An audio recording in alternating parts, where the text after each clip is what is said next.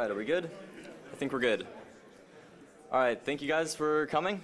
Welcome. If I haven't met you yet, I'm Jonathan Lampel, and I work at CG Cookie as a Blender instructor. So today I wanted to talk a little bit about lighting because it's my favorite subject when it comes to 3D. Definitely my favorite. And did anybody go to Gleb's talk earlier this morning? That was fantastic. But one thing that, if you look online for tutorials about lighting or composition or anything like that, with those subjects, usually it goes in one of two directions. You either get super specific, this is how to do this exact thing, and it only works in that exact scenario, and you get super cookie cutter results, and it's just not that helpful really. Or you get super abstract, and you're left wondering, like, how do I even apply this to everyday production? So my goal in this talk is to help bridge those two a little bit and share my workflow of how I go about lighting, and hopefully it's practical and helps you guys. So the first thing, before we go into lighting, a lot of the things that go into like the decision-making process happen before you even open up Blender. So first we're going to cover a few basics to how to approach this in the first place so that when we do get into Blender, then we can go and start making things right away. So the first thing I want everybody to remember is intentionally communicate. So the art that we make says something. So it either tells a story about us or it tells a story about the brand that we are communicating for. So the models, the textures, the lighting, all of it works together to say something. And if it's not all pointing in one direction, if your lighting says one thing, your model says something else, it just gets really confusing. So you need to make sure that you are intentionally communicating something throughout all of these aspects of your scene. So one thing I was thinking about when I was making this presentation is public speaking. I haven't really done a lot of public speaking, so I was worried, like, what if I get up here and I have something I really want to share that I think is super cool, but it doesn't come across right, or I just can't find the right words to say it. And that's exactly what happens with lighting a lot of times, is the lighting and the layout of our scene is like the presentation skills. So even if you have a super cool model, if you don't present it in a way that's clear and understandable upon like first read, then a lot of that work is lost. So a quick example is we have this car render here, and all it shows is it's a car. It's probably a really nice model, but there's nothing really special about it. It's not really saying anything other than, hey, I'm a car, I'm a Lamborghini, and it's red. That's pretty neat, and that's about it. So it gets a little boring, especially when you see hundreds of these a day.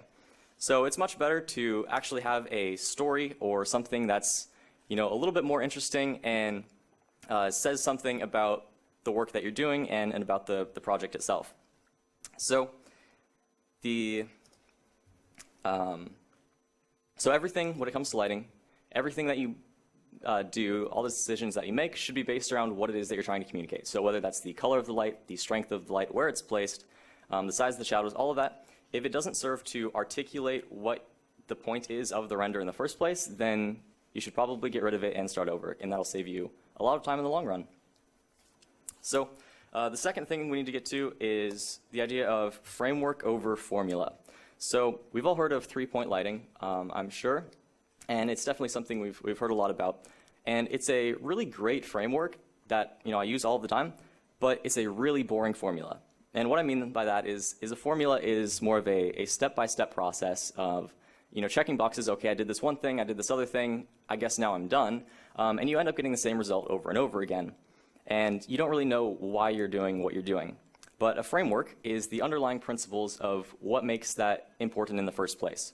So for three-point lighting, we're familiar with key lights, fill lights, and backlights. And the key light highlights the form of the subject, the fill light softens by lighting the shadows, and the backlight separates the foreground from the background. But when I'm talking about viewing things as a framework instead of a formula, we're not really thinking about having three lights in the scene, and this one is this specific light. We're thinking more about what those lights are supposed to do.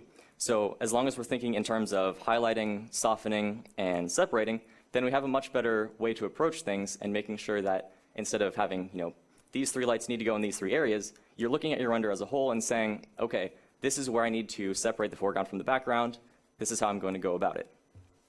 So that's definitely helpful. So a way that, a practical example of this is this office chair. So the model was actually off of BlendSwap by eMirage, but let's pretend this is for a advertisement. And, this is the basic 3-point lighting setup. It's, effectively lighting the chair. We can see it, so there are lights, but it's not really saying anything other than that. So this is the 3-point formula. You set it up, you're done, that's all. But if you take the 3-point framework and instead look at where the highlights are and where the shadows need to be softened and where things need to pop off, you don't really care about how many lights you're using or specifically where they are, but you get a much better result because you're focusing on the things that actually matter. Now, so this is better than the first result, but you'll notice that I didn't apply the first principle. I'm not intentionally communicating anything. And the way you generally, or at least the way I like to do that, is with textures and colors. So if you're in a production environment and you have a tight deadline, you don't really have time to fiddle around with colors and see what works and what does this one mean when contrasted to that one. That would take forever. So one thing that I have is a book called The Complete Color Harmony. And I knew for this project that, if you want to buy a chair, what are you looking for? Well, you're looking for, is it, dependable? Can I sit on it and it won't break? And is it comfortable? That's all a chair really has to do, is be comfortable and not break.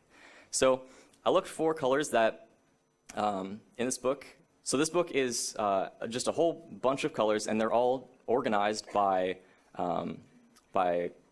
different either like cultural significances or meanings or color schemes. So every possible thing you can think of, there's groups of colors for it in this book. So I looked up dependability, and that was like yellows and reds and browns.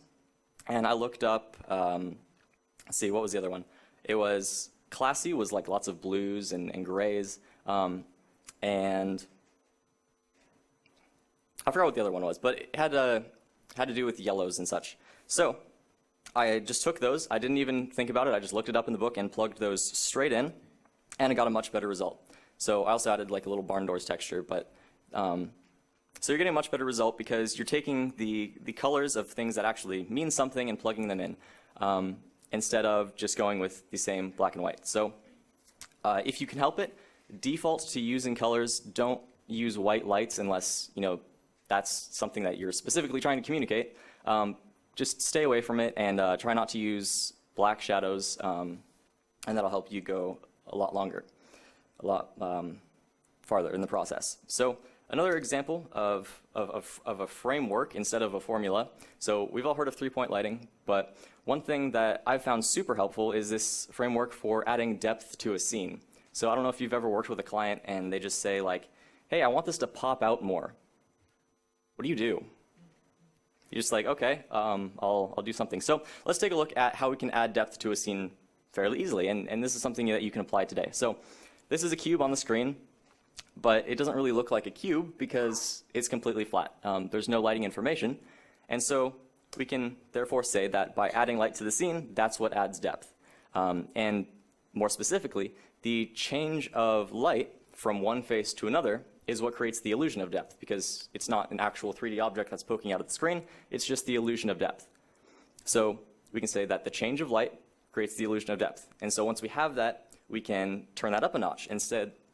And instead of saying the change of light from one face to another, you can say the change of light across the face is what creates depth as well as from one face to another. So by adding gradients to the surfaces of your objects, that's going to give you even more depth. But of course, there's more things that we can change across the face, and that is also color. So this is what traditional artists call a hue shift or a color shift.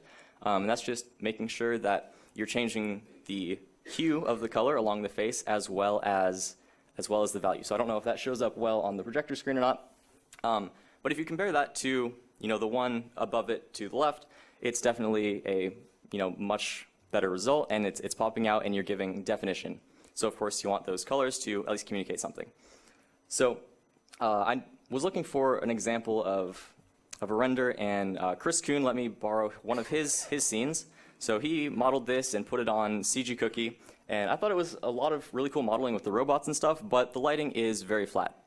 And so I asked him if I could borrow the scene and just tweak it briefly, and he agreed. So just by applying those frameworks, very quickly we're able to get a much different result. And when we're focusing on gradients over the surfaces of the objects that we're trying to attract attention to, and communicating something, in this case, focus and work and that type of theme, then we're definitely getting a better result. So you can also definitely take a look, focus on the face as I flip between these two.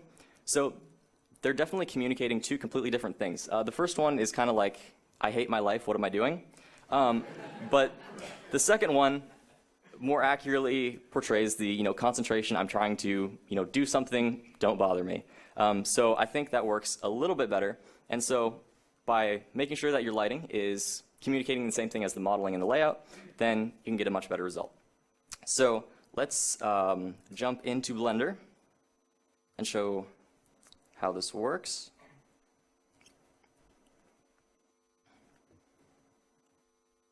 All right, so I have this chair example that I used earlier.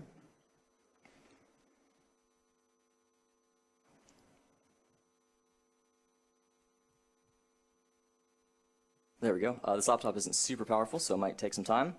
But over here on the left side of the screen, I generally just have a render preview, so I can be looking through things all at once. I have some nodes over on the bottom.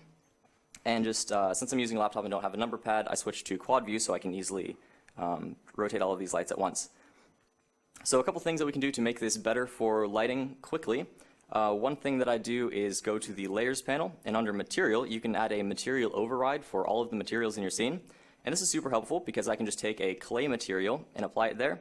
And then in the Viewport Render, if I go over to this right side and click Render Layer, then I'm just seeing this as just the clay material, and so I can more accurately see the gradients across the surface of the object, and I can more accurately see the colors that are being applied. And if I need to switch between the two, you can just toggle this, and it's a much faster workflow. The second thing is over here on this right side, if you have a really complex scene, it can be very difficult to hide lights and find them again.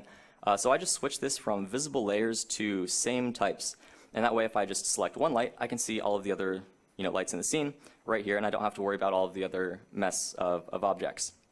So I'm going to delete all of these lights, and we can start over. So right now, we're just seeing the chair lit by the environment, but the thing that we need to do is, well, I guess I'll show this first. So if we add a light, let's go to Lamp, and I like to use area lights. So let's take that, and we can start positioning this and playing with it. But you'll notice as we place this, we can't see things as clearly as we should be able to. So I turn off everything except the light that we're working on. So in this case, the background needs to be gone. And that way, with just the one light, we can see very clearly exactly what it's doing. Because if it's muddled up by a bunch of other lights, then it's very difficult to actually figure out what it is that it's doing.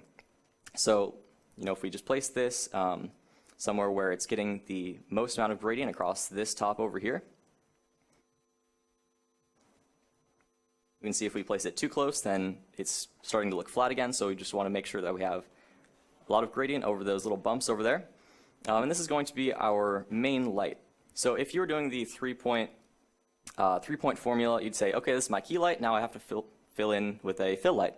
But since we're not really thinking about that, we're thinking about gradients across the surface of the object, and we're thinking about highlighting the things that we need to highlight, we're definitely not done, because you can see this part of the chair over here is completely flat from left to right, and also this bottom part of the chair also just doesn't have any gradients across it, so it's going to look flat and uninteresting. So we can just take this light and duplicate it down and place it very specifically so that it lights exactly that backrest lumbar support thing. So it's definitely adding too much of a shadow, so let's take this and increase the size to something where it's not being an issue, and probably turn the strength down a little bit. So once we have that, then we now have a gradient over there, and we can do the same thing for this bottom part right here. So now we have our fill lights, because now we can see that it's accurately doing what key lights are supposed to do. So we're creating the gradients, and we are making sure that the chair is highlighted. So now we can fill in the lights, and I'll duplicate this over. And for this one, we can see that the things that need to be filled is this right side of the chair. But instead of trying to fill it like it is, because we're not seeing exactly what the light's doing if we're looking at all of these other things as well, we can't really see it clearly. So let's go ahead and turn all of these off. But we have the render layer on, so we need to turn off the cameras instead. And now we can just look at one thing at a time.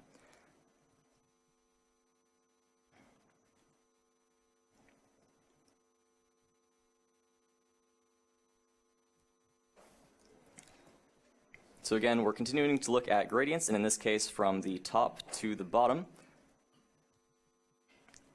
And then we also need to fill in this area down here on the bottom, so let's duplicate that again. And this is somewhat of a tedious process, but it doesn't really take any extra brain power. I'm just doing the same things over and over again. However, you need to be consciously aware of this, but it's certainly much better than just adding whatever formula you have. So let's take that, and we can call that good and make our backlights. So then we can move on to a different example. Then let's take this and duplicate it one more time, turn off the other ones so that we're just looking, oh, there we go. So we're just looking at that one.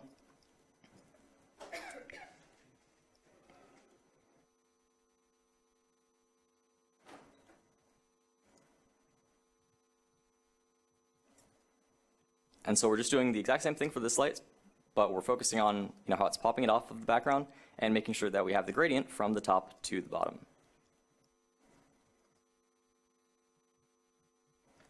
We can also do that for this armrest over here.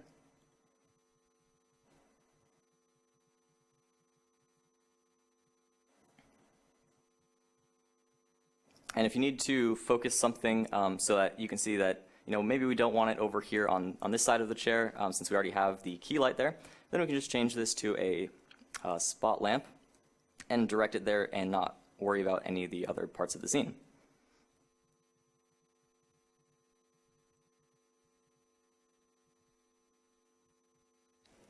All right, this is definitely really small to work with, but that's okay. All right, so we have all of our lights, and if we look at them all at once, like so, we are definitely getting a much better result than the 3-point lighting that was on that layer. So you can see there's a pretty big difference between the two. Again, it's just the idea of making sure that you're going back to the original intent of, what is this light trying to accomplish, and making sure that every single light has a purpose for that. So I hope, I don't know, that was somewhat of a boring example because you're just doing the same thing over and over again, but that is lighting, and you're just making sure that each light has its own job. So with that, I think I have one more example. Yes, okay. So here's a room, and this is a different technique that is good to use, and that is exaggeration. So a lot of the time, if you're working with like interior architecture, does anybody here do interior design or architectural visualization much? Okay, a few people, so hopefully this is helpful. So a lot of the time you'll notice that in cycles, it takes a really long time for the noise to clear, right? That's probably one of the largest issues. So I took a technique out of like super old school Pixar, and the way that they light things is, they don't rely on the bounces. That's something Gleb mentioned earlier, is you don't want to rely on cycles to do all of the work and hope that it's realistic. So what we're going to do is instead set up simple lighting for this room and make sure that it looks good without too many bounces. So let's go to rendered view. Okay, so the first thing when you're setting up lighting like this is we can go ahead and in the render and light paths, turn everything to 0. So it's pretty much just like Blender internal. And now what we're going to do is fake all of the bounce lighting that Cycles had for us. So if we take that, we can say that, okay, so we're going to have this spot on the ground that's going to be bouncing light back on to the rest of the room. So we can add another light.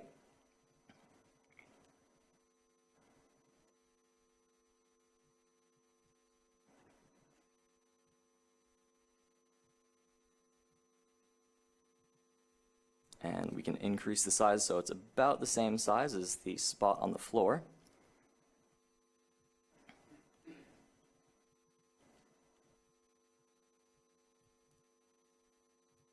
Let's see, that would make it easier to see.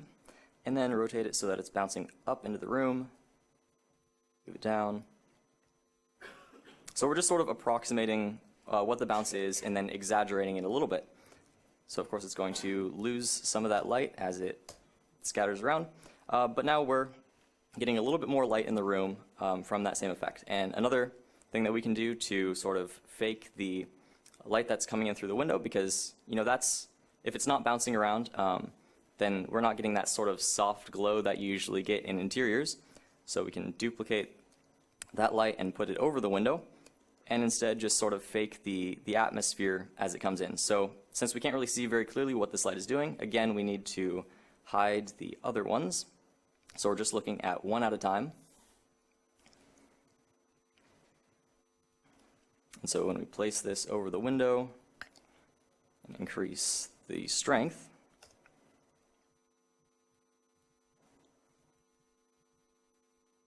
we now have somewhat of the effect of the atmosphere coming in.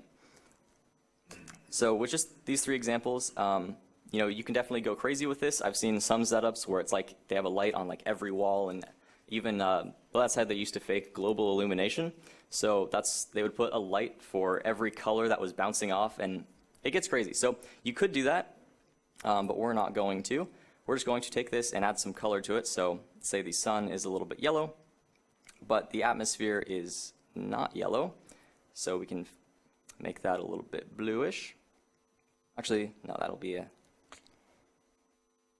more of a tan, and then maybe as it bounces off,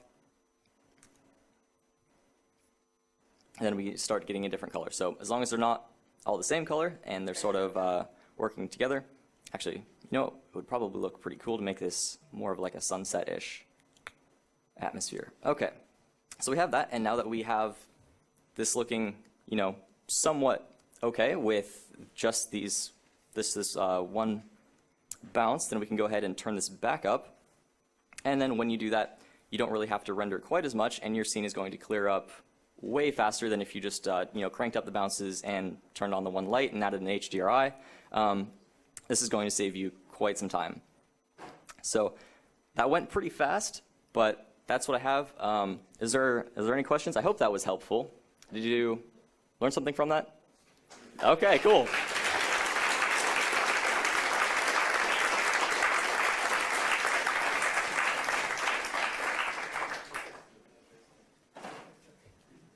Yeah? You said something about be careful that you don't make your shadows black. Yes. Why? Mostly just because it breaks the habit of doing that, and it's just something a lot of painters do, and so they make sure that they get the colors of the surrounding objects in there.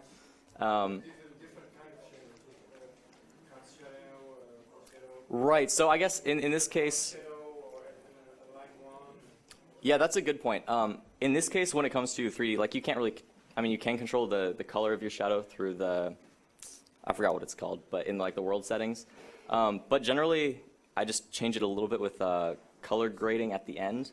But yeah, as long as you can't have it black, but it just kind of kills the overall feel that you're going for generally.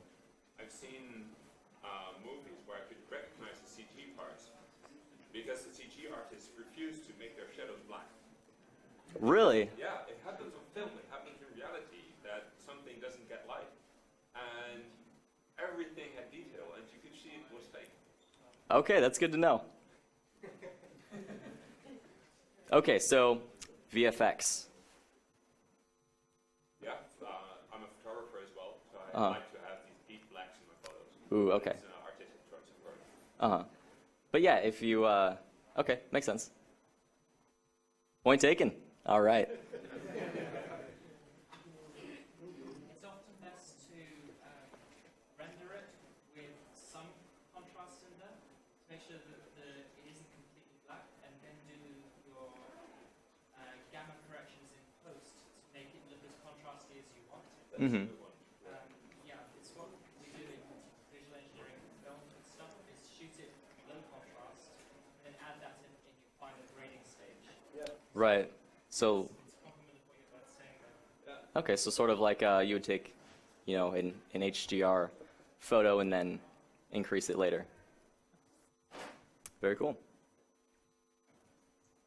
Use world settings for your lighting. World, I do use, I like to use HDRs quite often, but the reason I didn't really talk about that here is because a lot of people like, they just put in an HDR and then it's done.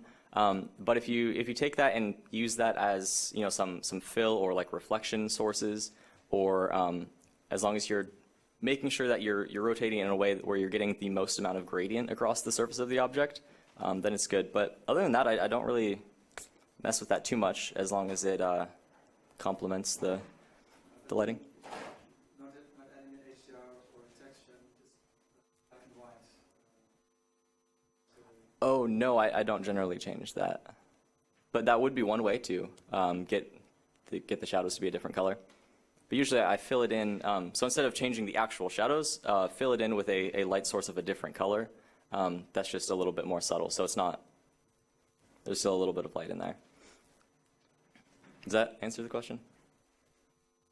Just curious if you use it as, I mean, when you start in the dark and add your lights, or whether you did some general lighting. Oh, yeah. Yeah, well, I like to have the background, at least when I'm starting out, be completely black, because that way we can see the color of the light more accurately.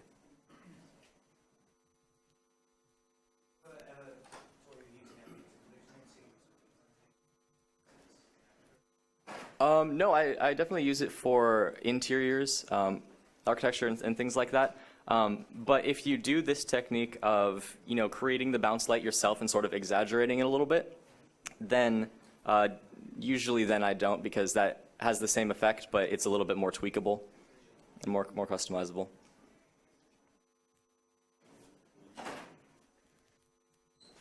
Cool. Are we good? All right, thanks.